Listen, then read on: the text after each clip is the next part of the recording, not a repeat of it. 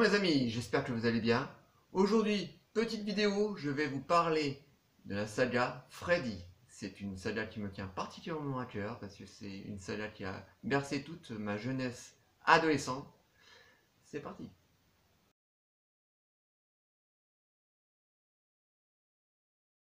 La saga Freddy, voilà, c'est une saga très chère à mon cœur parce que c'est par là que j'ai commencé à regarder des films d'horreur. Donc à l'époque quand je l'ai découvert j'avais 16 ans.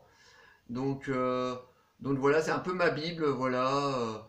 C'est euh, c'est une des sagas que je préfère avec la saga des Vendredi 13 et de Massacre à tronçonneuse.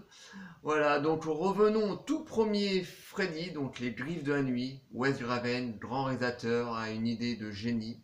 Voilà, un soir, Wes se couche et rêve et fait un étrange cauchemar, voilà, où il voit un espèce de clodo comme ça, avec le visage tout sale ou tout brûlé, avec des lames de rasoir. Donc il passe une nuit exécrable.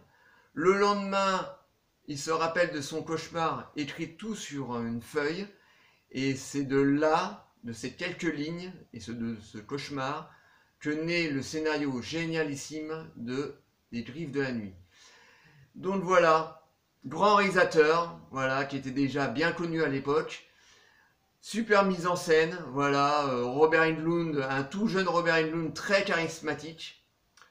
Des mises à mort extraordinaires, voilà.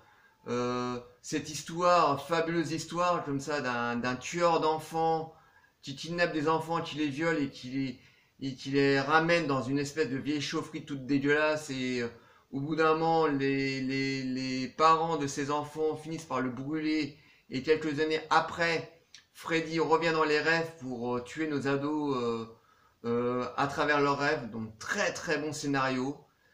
Énorme carton à l'époque, voilà, aux États-Unis ça fait un énorme carton, pareil pour en France.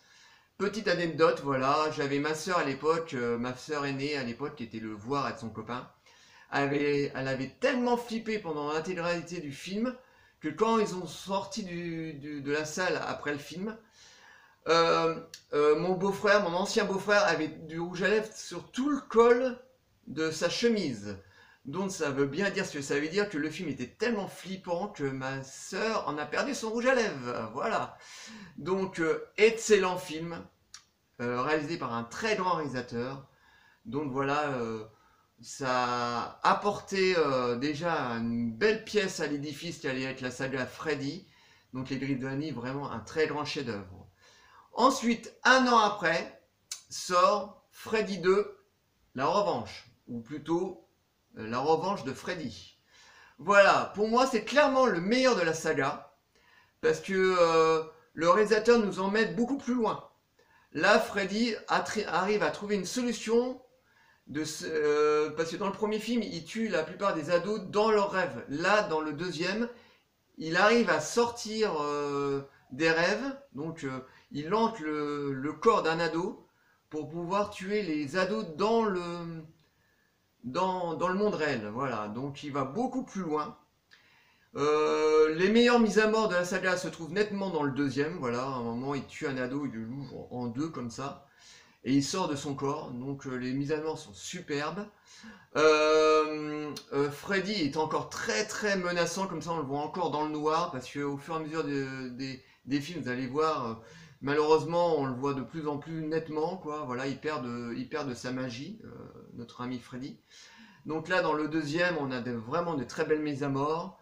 Il est très très bien shooté, voilà. Donc c'est un film que moi je qualifie comme le meilleur, voilà, clairement. Donc pareil, encore un énorme succès aux États-Unis. En France, on commence à sentir la saga Freddy, la Freddy Mania arriver tout doucement. Un an après, donc en 87, excusez-moi, 87, arrive Freddy 3, les griffes du cauchemar. Voilà, donc c'est un très très bon Freddy aussi, de très bonne facture, mais là on sent que les producteurs s'orientent dans un côté un peu parodique. Voilà, on sent un Freddy beaucoup plus comique. Voilà, donc le Freddy est encore assez dans le noir. malgré qu'on commence à le voir, on voit comme le maquillage, son visage brûlé, on commence à le voir un peu plus nettement. Mais on est encore dans un très très bon Freddy. Voilà, on a de très belles mésamores. Voilà, on voit un Freddy avec des seringues. On voit un Freddy avec marionnettisme. Un Freddy qui se transforme en télé.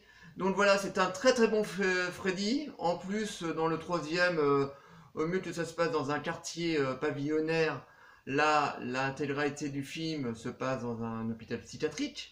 Donc voilà, le lieu change, donc on est encore dans un très très bon Freddy, mais on sent quand même que Freddy s'oriente sur un côté un peu comique, voilà, mais qui est pour ma part pas du tout dérangeant. Donc très gros succès, comme le premier, voilà, encore aux États-Unis ça devient un vrai phénomène de mode, voilà, on commence à voir Freddy dans tous les produits dérivés, t-shirts, poupées, griffes en plastique. Voilà, c'est la Freddy Mania qui commence à envahir les États-Unis. Chez nous, ça arrive tout doucement, un peu moins. Je me rappelle quand j'étais tout gosse, je voyais des affiches dans les vidéoclubs. Dès qu'il y avait un Freddy, on avait un Freddy de 2 mètres, etc. De très belles affiches. Donc ça commençait quand même à arriver tout doucement, quoi. Donc, un an après, non, plutôt 2 ans après, arrive Freddy 4 en 88. Donc, les cauchemars de Freddy. Voilà. Donc pareil, c'est un Freddy qui est encore de bonne facture. Voilà, mais là on sent quand même que la saga pointe un petit peu vers le bas. Voilà. Euh, toujours alors là pour le coup on retourne dans un quartier pavillonnaire comme ça. Euh, donc Freddy de nouveau tue des ados dans leur rêve parce que c'est le fil conducteur de tous les Freddy de toute façon. Mais voilà, ce qui commence moi à me déranger, c'est que voilà, Freddy commence à être un petit peu trop cabotin à mon goût, devient un peu trop le boogeyman, voilà, ça devient le boogeyman star, quoi, qui lance des vannes pratiquement toutes les 10 minutes. Donc ça commence à me titiller un petit peu, quoi, voilà, ça enlève un peu de fraîcheur au personnage de Freddy, surtout le Freddy des Griffes de la Nuit, qui était vraiment très très malsain, très, très méchant. Je me rappelle aussi des doublages français qui étaient catastrophiques. Dans le quatrième, dans le 3 ça allait encore, il avait une voix encore, ça allait, c'était potable. Mais dans le quatrième, ils lui ont mis une voix. Mais mon Dieu, la voix qu'ils lui ont donnée, quoi. Il a une espèce de voix, on comprend absolument pas ce qu'il raconte, c'est... Enfin, une voix dégueulasse. Donc à l'époque on se contentait de ça parce que c'est vrai que nous j'étais tout jeune donc forcément les films je les voyais en version française. Donc je les voyais pas en VO donc je me contentais de la version française mais c'est vrai que je me rappelle la voix de Freddy c'était pas possible quoi c'était pouf voilà. Mais bon voilà j'ai pris mon petit pied voilà c'était j'avais adoré les 3 premiers donc celui-là il a suivi donc il est vraiment très très bien quoi. Et donc en 89 sort, alors là ça commence à devenir, à sentir un peu la moisissure dans tout ça, voilà, sort Freddy, l'enfant du cauchemar. Donc voilà les producteurs ont décidé que voilà que Freddy, qu'il fallait rajouter un fils à Freddy. Donc voilà, bon, l'histoire c'est ça, c'est qu'en fait il hante les rêves d'une ado et le bébé qu'elle attend, Freddy lui ferait croire que c'est son propre fils quoi. En gros c'est ça quoi. Voilà, je vous dis le pitch en très gros quoi. Mais là on a un Freddy qui sort complètement de l'ombre. Là on le voit nettement. Hein, c'est limite ils mettent les spots de lumière sur lui. On le voit nettement. Le maquillage est particulièrement dégueulasse, affreux. Voilà, je ne sais pas qui a fait les maquillages, mais les premiers étaient tellement bien. On croyait vraiment que c'était des vraies brûlures. Là, il a des espèces de cloques. Là, on a l'impression qu'il a plus des boutons qu'autre chose. Le maquillage est complètement dégueulasse. Bon, Robert Englund, lui, Robert Englund, c'est Robert Englund, donc il s'éclate, quoi. Bon, c'est sûr qu'il en est au 5e, je pense qu'il en a commencé à en avoir un petit peu ras-le-bol, mais bon, voilà, il cachetonne un petit peu. Voilà, Freddy est devenu une méga star aux États-Unis, donc il continue quoi. Mais là, franchement, la saga là s'essouffle très nettement. Euh, Là, il est très cabotin. Alors là, il envoie des vannes. À un moment, on voit un Freddy qui fait du skate. Voilà, oh, super. Ou un Freddy super-héros comme ça, bodybuildé quoi. Mais des mises à mort, mais on est limite dans une parodie presque du tout premier Freddy quoi. Je le compare même pas. Je compare pas le premier au cinquième, hein, pas du tout. Hein. Ça arrive même pas au même niveau. Donc voilà, c'est une saga malheureusement qui s'essouffle, mais bon, c'est pas la seule des sagas. Hein. On a eu le cas aussi pour Halloween, même si j'affectionne beaucoup la saga Halloween. Mais pareil, Halloween, à ce moment-là, on était entre le 5 et le 6. Euh, donc voilà, on sentait que la saga Freddy, ça y est, tombait bien bas, quoi. Bon, ça rencontrait encore son public, voilà, même si on sentait quand même que le box-office commençait à dégringoler un petit peu, mais c'était encore un Freddy qui a encore remporté pas mal de flous, quoi. Donc, gros carton aux États-Unis, carton pareil en France. Et donc, en 91 sort Freddy, je sais plus, enfin Freddy 6. Alors là, c'est une catastrophe ambulante, c'est une merde sans nom. Là, c'est pareil, Freddy, une vanne toutes les 30 secondes. Tout pareil. Encore une fois, un maquillage, mais dégueulasse comme pas deux. Je pense qu'ils ont dû le shooter pratiquement en même temps que le 5. Parce que le maquillage est tellement identique au cinquième que voilà, c'est que. Limite, on ne reconnaît plus Freddy. On reconnaît Robert Englund sous le maquillage. Donc c'est quand même assez effarant quand même parce que le mec il porte un maquillage et on reconnaît le visage de Robert Englund derrière quoi. Donc je vous dis même pas le speech, voilà, c'est une merde sans nom. En plus, à l'époque, il l'avait vendu en 3D. Voilà, on a sur l'affiche, c'était marqué Freddy 6 3D. Et on avait tous nos petites lunettes en carton à l'époque, rouge et bleu. Et je me rappelle avec mon frère, on y va, et on commence à mettre nos lunettes, et puis au bout d'un moment, on regarde l'écran, on se dit, mais c'est quoi ce bordel et tout, c'est rien qui ressort en fait. Et ces petits malins, en fait, ils n'avaient pas mis clairement sur la fiche, ils n'avaient même pas du tout mis sur la fiche, en disant en fait que c'était les 10 dernières minutes du film qui étaient en 3D. Donc on a les 10 dernières malheureuses films, 10 dernières minutes du film qui est en 3D. Le climax quoi en fait. Et c'était une 3D de l'époque, hein. Ça ressortait à peine, quoi, donc c'était une grosse arnaque. Donc, de toute façon, le film c'était une merde, donc là, ça y est, l'audience n'est plus là, quoi. Enfin, le box-office, voilà, ça marche, oui, quoi, mais c'est plus ça, quoi. Et en 94, Robert Englund, oui, il y a toujours Robert Englund dans le film, mais Wes Craven se dit qu'il va reprendre les rênes de sa saga parce qu'il a trouvé tellement médiocre le 4, le 5 et le 6 qu'il a décidé de faire un nouveau Freddy.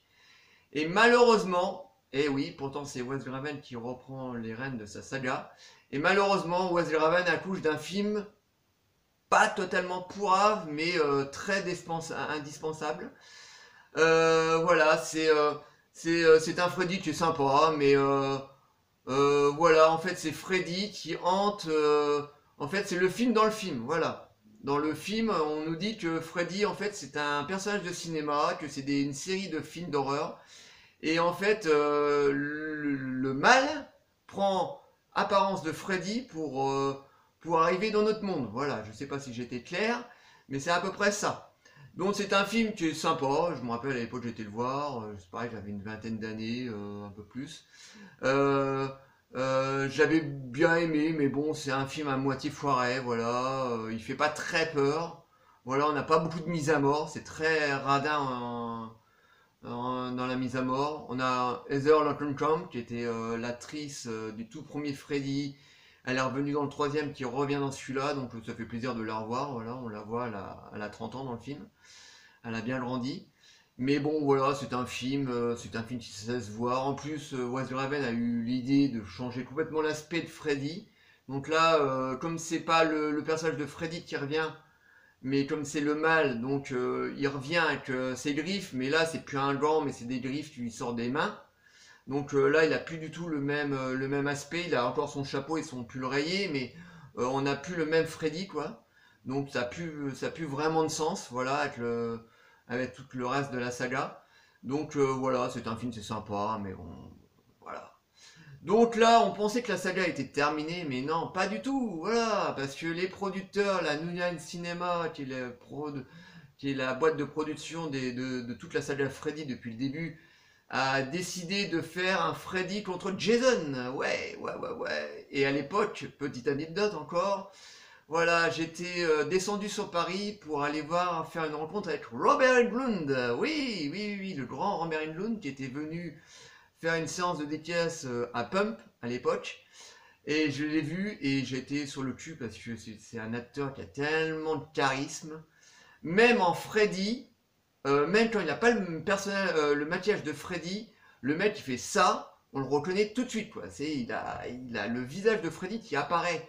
C'est tellement dans son ADN, il l'a tellement interprété que le mec il te le fait en 30 secondes, quoi. C'était en plus un mec charmant. C'est un mec charmant. Bon, il a beau apporter des lunettes dans la rue, parce qu'à un moment il sort de son taxi pour arriver à Pump, pour s'installer à sa table pour signer les autographes. Il avait beau avoir des lunettes de soleil, on le reconnaît Robert Englund, hein. Il a une gueule tellement particulière qu'on le reconnaît, quoi. Donc voilà, j'ai pu rencontrer cet grand acteur. D'ailleurs, j'ai la dédicace. Ah non, elle n'est pas là. Non, je l'ai rangée dans un album. Mais j'ai la dédicace de Robert Englund. Et à l'époque, j'avais pris des photos, mais bon, malheureusement, les smartphones n'existaient pas encore. Et j'avais shooté avec un petit appareil photo jetable, hein. Et malheureusement, toutes les photos étaient sombres parce que dans Pump, il n'y avait pas beaucoup de lumière, quand j'ai fait développer les photos, je n'ai rien vu. Bon voilà, c'est malheureusement, j'ai pas de photos avec Robert Englund. Donc euh, donc le Freddy contre Jason, qu'est-ce que ça donne? Bon, c'est pas terrible, voilà. C'était une rencontre en sommet avec Jason, donc ça pouvait. Pourtant avec le pitch, ils avaient vraiment de quoi faire un très très bon film, quoi. Toute la bonne partie du film, on se concentre sur des ados qui sont tellement mal écrits, qui ont tellement peu d'épaisseur que voilà, on peut pas s'identifier à eux. Le seul intérêt du film, c'est la confrontation qu'il y a entre Freddy et Jason au milieu du film et à la fin du film, qui est vraiment plaisant. Parce qu'ils se foutent sur la gueule à la fin. Malheureusement, c'est court. Le climax, il dure 10 minutes, quoi. Ils se foutent sur la gueule pendant 10 minutes. Et malheureusement, c'est un peu court. Donc le film, il est à moitié réussi, quoi. Bon, je l'ai là, hein, bien sûr. Mais voilà, on aurait pu tellement avoir mieux, quoi. Et donc voilà, c'est un film qui se laisse malgré voir, quoi. Et ensuite, on pensait Freddy enterré définitivement. Bon, Robert Englund, ça arrête complètement d'interpréter le rôle de Freddy. Et en 2009, je crois, ou en 2010, plutôt 2010, sort le remake des Griffes de la Nuit. Donc, bizarrement, voilà, je sais qu'il y a beaucoup de gens qui détestent le remake. Moi, bizarrement, j'ai bien aimé. Voilà, j'ai bien aimé le nouvel interprète de Robert Englund, de Freddy. Ah, disons, Robert Englund, il m'a marqué, hein. De nouvel interprète de Freddy. Voilà, je trouve qu'il se débrouille plutôt bien. On a un Freddy très menaçant, comme ça, très viscéral, comme ça, très, euh, très malsain comme ça. En plus, ils lui ont donné une histoire encore. C'est un moment, il nous fait croire qu'en fait le Freddy c'est une victime, et en fait c'est pas du tout une victime. Donc j'ai bien aimé ce truc-là.